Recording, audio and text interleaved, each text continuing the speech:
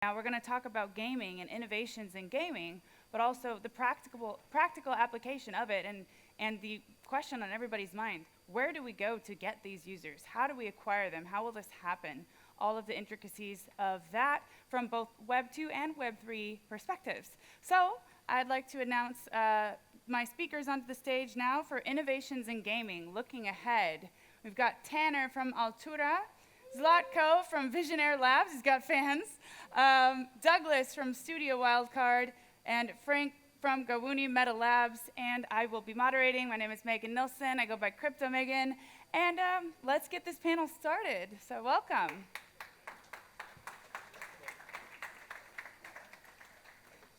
Yeah.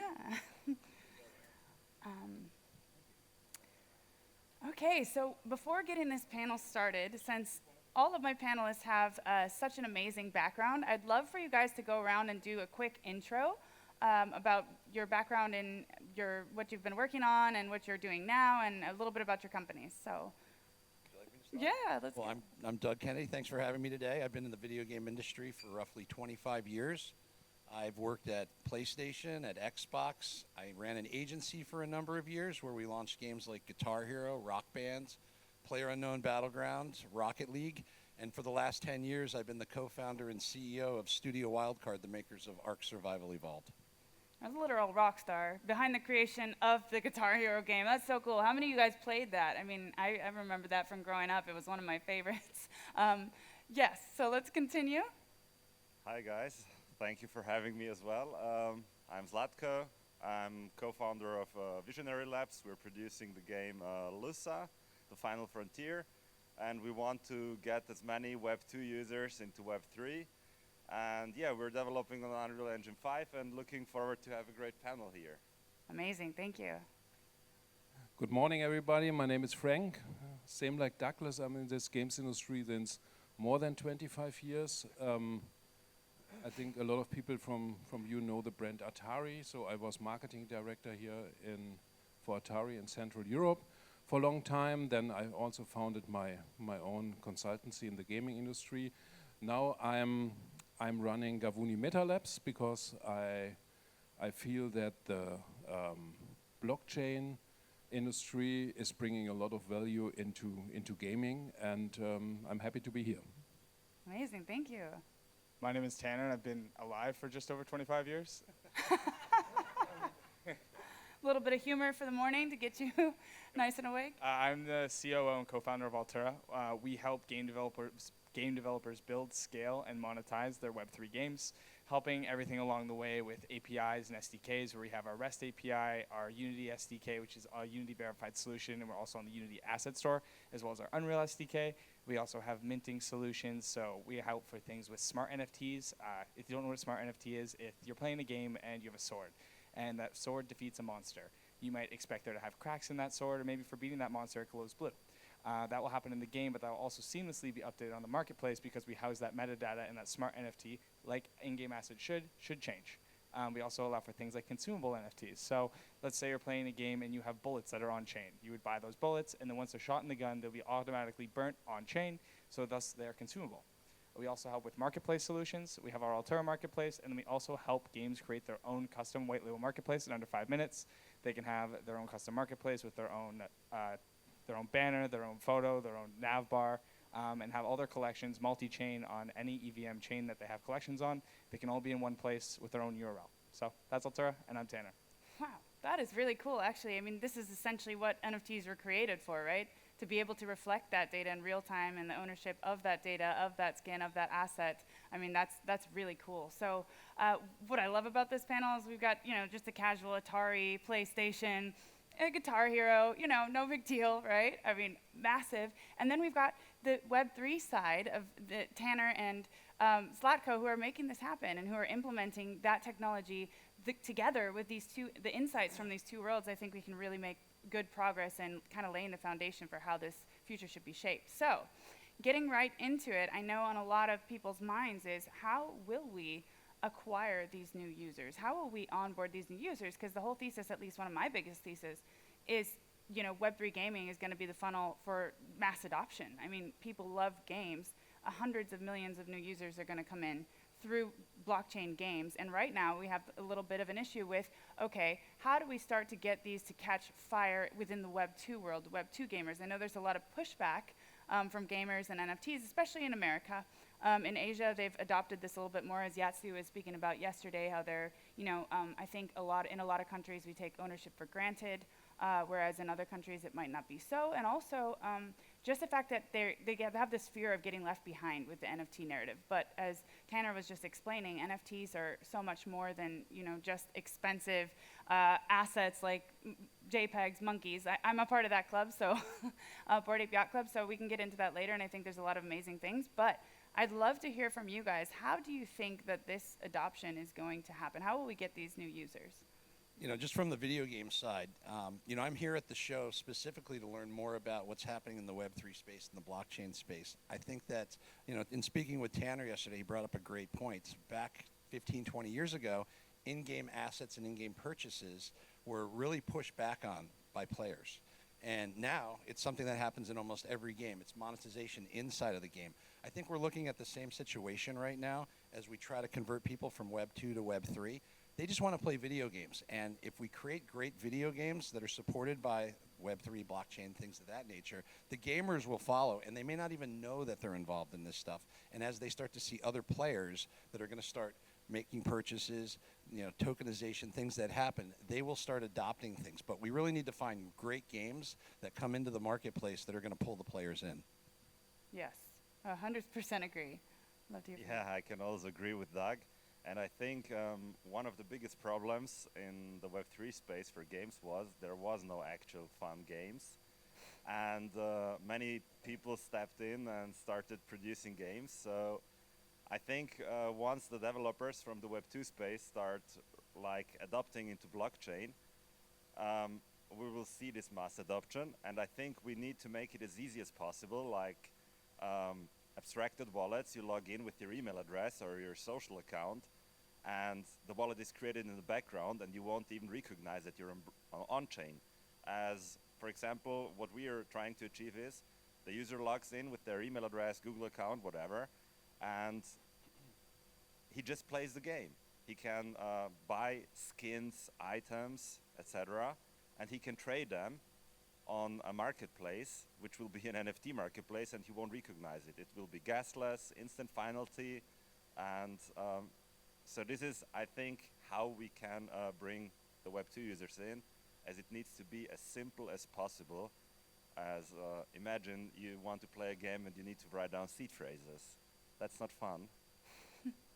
Yeah, I mean, it's not fun and it's not feasible. How many people are going to actually do that and want to do that? It's just all this friction, right? The more friction you have, the less likely people are to want to do this. But I would agree with you as well. There was a whole phase in blockchain where people were just launching play-to-earn games, play-to-earn. It was just about earning. It wasn't about playing. It was just that grinding to earn. And so I think that really turned gamers off, and I completely understand that. So, absolutely. I think I have a good use case for this, because we are doing a rally racing game, yeah, and we are adding blockchain as an extra layer. So we run our own racing team. We are driving in the official World Rally Championship, and this is where we are getting our users, and this is 100% Web 2. When we start as a browser game, 80% of the people cannot convert into Web 3. So we think, okay, we are on the wrong way here. We need to add blockchain as an extra layer, because our audience is Web 2 and we need to onboard them. So now people can play our game just like a normal game, but step by step they feel, okay, there are extra cars which I cannot normally buy, or I attend in a tournament and I get a reward in coin, in token. Yeah. So then they're asking us, what can I do with this token? How can I get it? And then we tell them, okay, at least you need to have a wallet. But then they have a pure motivation, because they win something, to step into blockchain. Yeah. This is how we are doing it, adding blockchain as an extra layer. And for all game developers, I can also recommend this. Focus on the game, like Zlatko say, make it fun. This is the most important thing, and add blockchain as an extra layer. Yeah. Yeah, it's very cool to hear from you about your experience with this, because I know we've had a lot of theoretical talks, but how does it actually work, right? So it's cool to hear that. Thank you. I think one thing that a lot of Web3 games or gaming, as we move more into like integrating blockchain into video games, is people don't have patience. When you look at gaming historically, like you started with like the Pongs of the world and Tetris and all these games that were rather simple if you think about how they were made.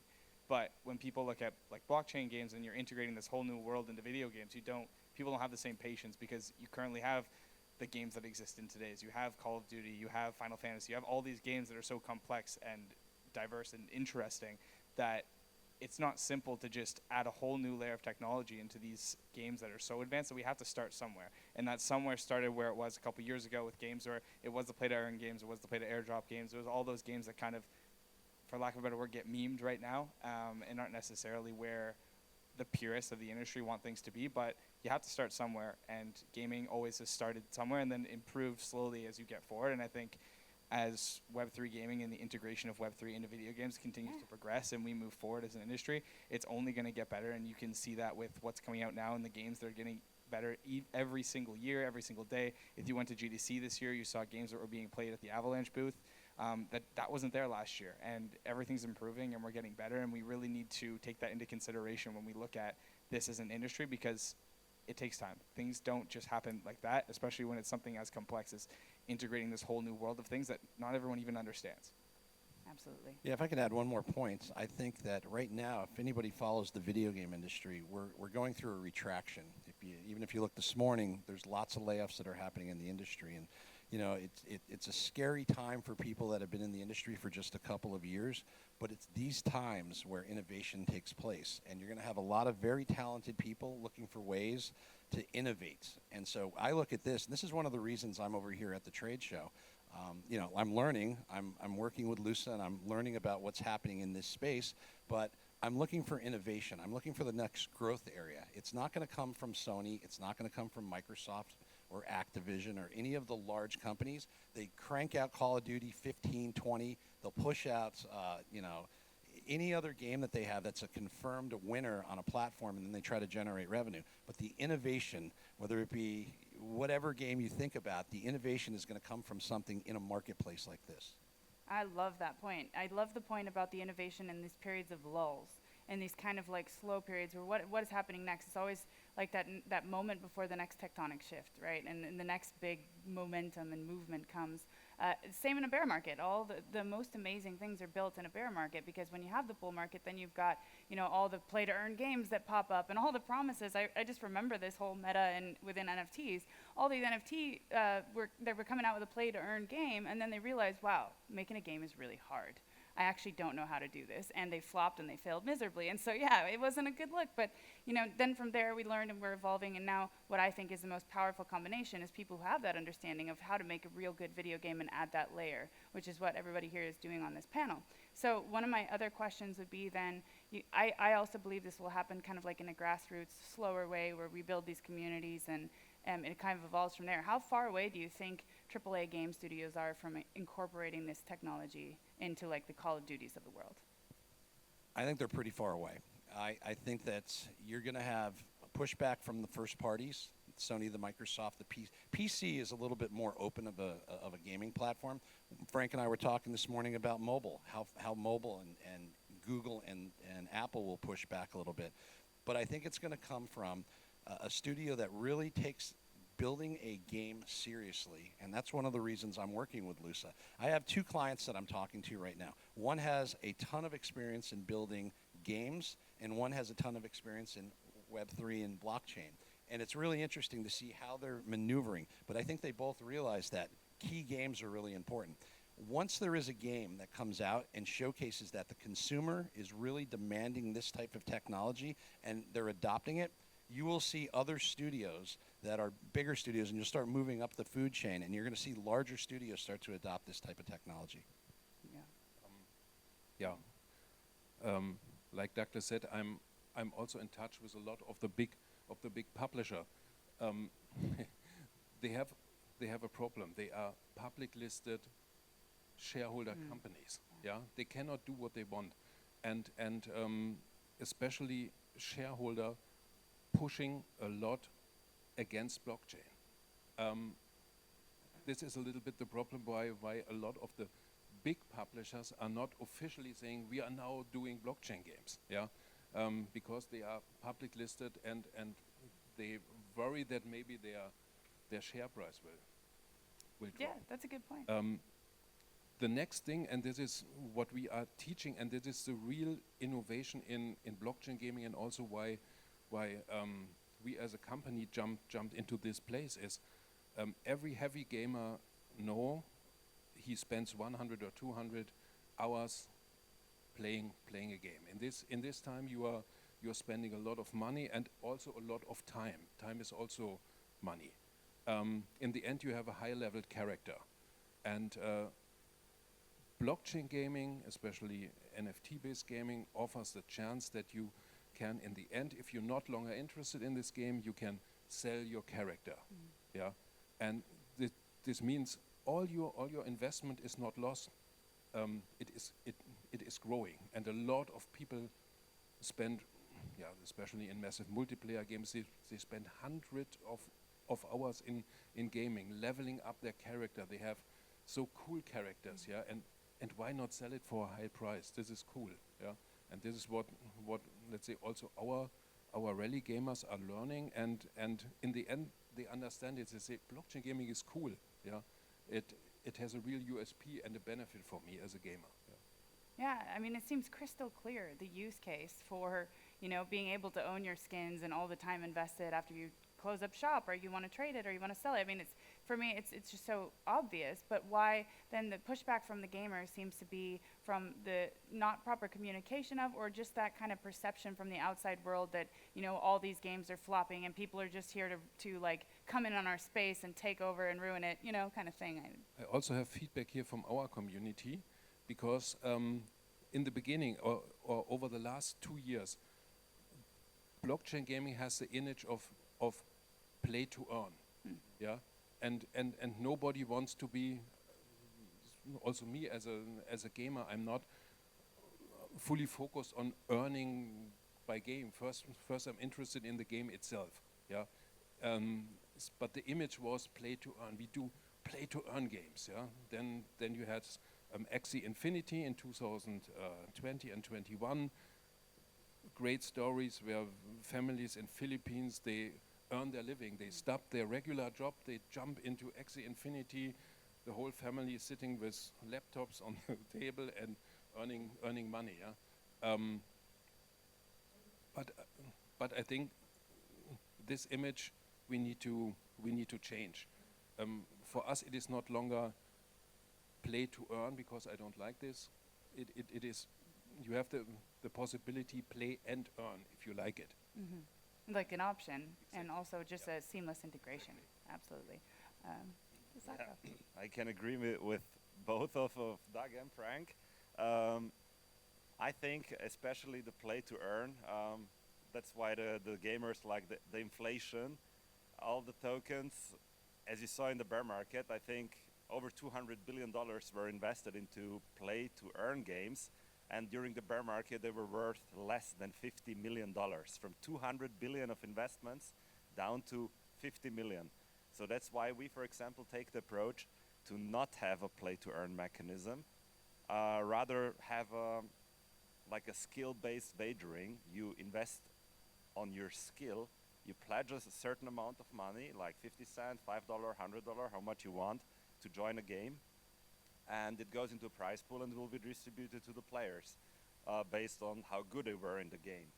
And with this, you can regulate the inflation better. And also, like we never want to be associated with the term play to earn. We're just a game. We're a game, and leveraging blockchain to improve, like to give true asset ownership to the players. As Frank said, I played on my own World of Warcraft professionally. We were top 25 in the world.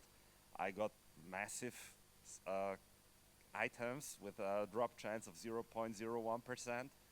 If I could sell that today, I could make a ton of money, but it's not possible. Same for like some skins, like from 100 Thieves in Valorant. There was a skin, everyone wants this skin, you can't sell it. And especially with also the big players, I think they don't recognize it. You can earn on the secondary market with NFTs. Imagine like the OG skins from Fortnite from 10 years ago. If you could sell them probably now for 10 or 20K, and Epic Games could earn on the secondary market with royalty fees. And it's like a huge new income source also for the big studios. I hope they will soon recognize this and start implementing blockchain. Yeah, that's what I was going to say about the royalties for the studios, because it's always like, well, we got to think what's in it for them to want to be motivated to be able to do this for their players as well. So that's a good point. I'd love to hear from you, Tanner. I think calling back to like the origin of the question and thinking like when AAA games are gonna, when and if they're gonna want to enter the space, I think it's a big question of loss of control for a lot of these enterprises, and loss in control can be something that unravels quickly. It can start with, okay, you can now trade our assets, and now what does that mean for the assets that were part of our game and our IP? Is that now available in other places? And those are the thoughts that are going through a lot of these large industry giants' head is, are we going to lose the thing that makes us unique in comparison to our competitors? And I think that's something that scares people, and I think that's something that's going to make them nervous, especially in the early stages when things start to move, because you are going to have to adapt to how things move in Web3 and how the decentralization of all of this can affect how your assets can move across the different games. And when it comes to games, you think of people like EA Sports, for example, or 2K. They just got rid of the auction house because they didn't like people being able to essentially get coins and then sell back the coins at a smaller price because they could do it through the auction house selling assets and then going it that way. So they got rid of the auction house entirely, which is kind of like the closest thing they had to the Web3 model. And in EA Sports with like Madden, for example, they don't want to lose the ability to have these on their platform. It just doesn't necessarily make sense because now they're losing that control. So yeah, I'd say it's just a big fear for them to lose that that initial control that they hold on to. And once they see the benefit of what they could earn, I think it will move in a different direction, but it's going to take a while for them to want to do that. And they're going to have to see it happen in real time first. But with a smaller game, like mentioned, like there's going to have to be a smaller, more innovative game environment that allows them to do it, and then they'll copycat off of that. That's a really good point. Yeah. Yeah, if you take a look back at the App Store back in 2008 with Apple, there were no AAA studios that came and sat down with Apple to talk about putting their games on the App Store. It was all smaller studios, and it started to grow. And now it's a huge economy for not only Apple, but for gaming. So I think the same thing is going to happen when we look at blockchain and stuff like that. Yeah, that kind of like natural organic growth as you gain traction, as you go through these problem phases or, you know, these learning curves, and you figure it out along the way because it is a new technology and it takes time to adapt. Unfortunately, with some of the poor developed titles that came in to just really do a cash grab, we have to climb over that hill to get some of the better studios to start putting better games in the marketplace. Yeah, no, absolutely. These are all fantastic points. And the point of losing control, I mean, that's the problem with crypto in general in the world right now, especially in the US, right, is that feeling of lack of control. So I think we need to get across that hurdle first and just kind of show them what this is really all about and how they can benefit from it also. So these are all really good points. And I want to go back to the user acquisition. So these smaller games and this organic growth, if people were launching, if a studio is launching a game today or a project wants to launch a game, how should they go about targeting the new audience? Would you go toward targeting Web 2 users and tell them, hey, we got this really fun? Or would you start with the Web 3 audience? Like, what are some practical approaches? Yeah, there's definitely ways to go about it. There's right ways to go about it, and there's wrong ways to go about it. I think it depends on the audience that you want to bring in.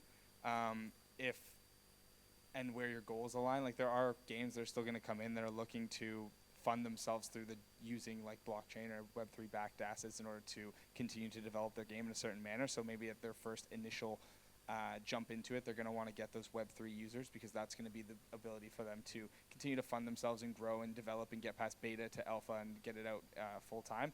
But I do believe that when it comes to getting the mass adoption, like there's just not enough Web3 gamers in a holistic sense to really say like, oh, I'm just going for Web3 gamers, because what is a Web3 gamer right now? Is it someone who's going in to play the game? Is there someone who's going in to make money and take that out of your ecosystem? I think you just need to target gamers in general. I think subsecting them into like Web 2 versus Web 3 at the end of the day just puts an onus of okay, can people actually describe what that is? I don't think so. I think it's really difficult to describe what a Web3 gamer is versus a Web2 gamer. I think people play things that they enjoy playing, regardless of if it's Web2 or Web3. It's just they want to do something that they enjoy. So I think don't even worry about getting a Web3 or getting a Web2 player. Just focus on making a game that people want to play in general, and then you're going to get both audiences either way if you can use the mechanisms correctly. Right. No, that's really interesting because I know a lot of brands, even if they're not games, but they're kind of like gamification or they're game-like. One of the brands I'm working with, they're minting properties on chain, and now they're doing like a Monopoly game. And the question is, well, do we try to introduce this to traditional people in the Web2 audience, or do we go first for that Web3 audience that can get us the initial organic traction and expand from there? Yeah. Yeah. Very cool project. But so that's kind of like some of the mechanisms we're exploring, and we're seeing that a lot of the traction that initially comes from that kind of more, I don't want to say degen, but like people who are really into Web3 and then kind of like trickles outward. So it'll be interesting to see the evolution of this and how it does grow. I'd love to hear from you as well. Yeah, I think we need both. We need the Web2 users to play the game, and we need the Web3 users to speculate on the token. Like you can have as much users as you want, Web2 users.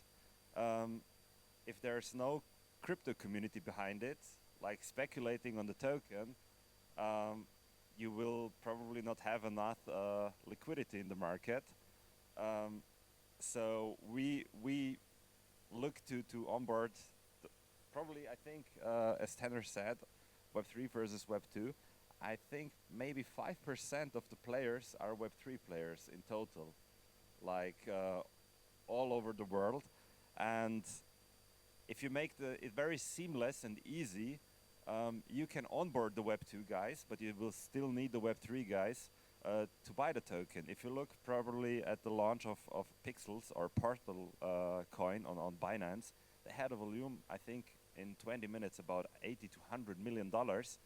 And that's not possible in Web 2. And for this, you need the Web 3 guys to fuel the ecosystem. Absolutely. Could you argue, though, at the end of the day, the creating of a good game and creating something that people want to play and just integrating Web 3 in general, you're going to get both audiences. Like, I think when you're looking at it as, like, you need to have speculation, you need to have the Web 3 users for speculation, you need to have the Web 2 users for the playing. If you just make a good game that integrates Web 3, like, the people are there. The audience is there. There's a whole large group of people within crypto are going to see a game that integrates crypto that's a fun gameplay, that people want that. They're fiending a game that they're like, this is our champion.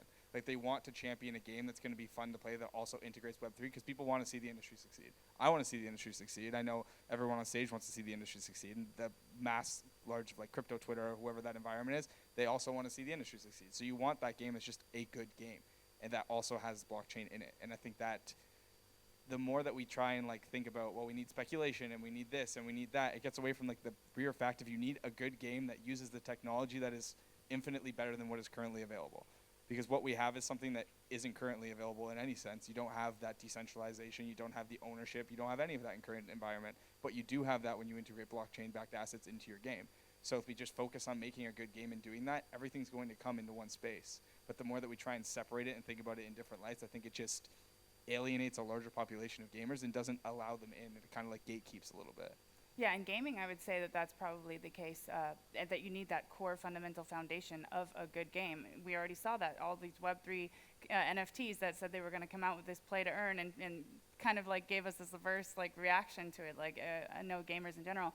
So yeah, you need that core foundation of a good game and kind of to like grow organically within both audiences for sure. And that's where we're headed, right? That's what the goal is, to make this good game with a seamless integration instead of just trying to like get from both ends and pump it up that way. But that seems how it started, and now we're evolving, right? Yeah, and that's exactly where I come from.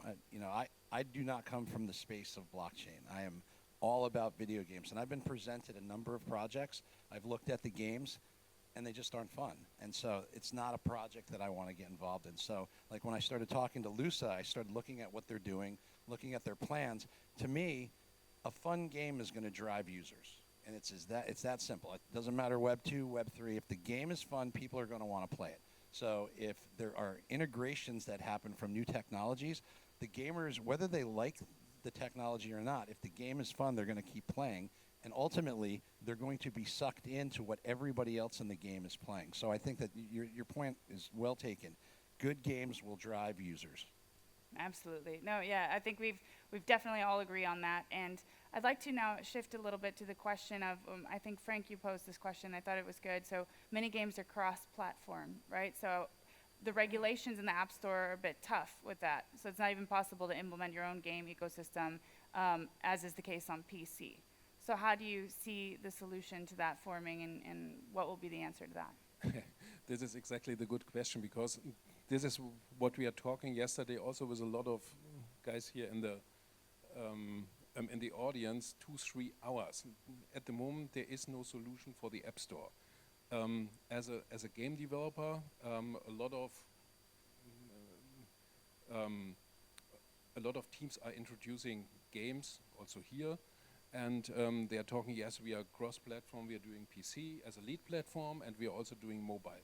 But the mobile solution is still not in place, because Apple and Google, they run their own ecosystem, yeah? And this is based on a 30% share.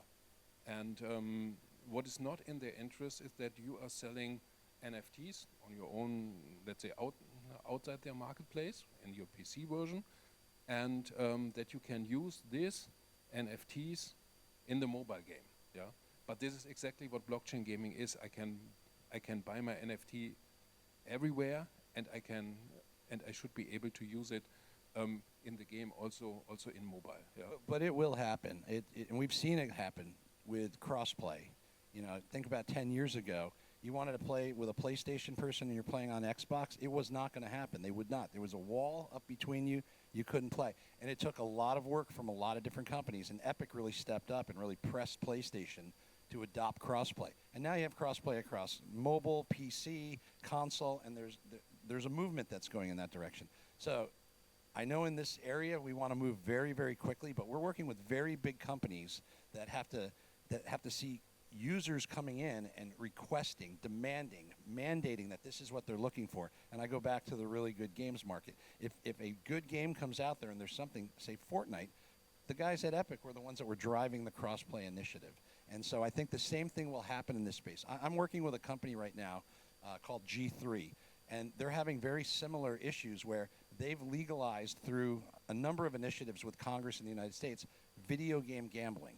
And they're having a hard time cracking through with regulations. They've cracked the regulations part, but the gamers, the big companies, the publishers, the developers are trying to figure out how do we play within this space. So there's a big movement happening, and there's going to be a lot of things. Blockchain will absolutely be happening, but how long will it take to get there? Yeah, 100%. It's not completely impossible.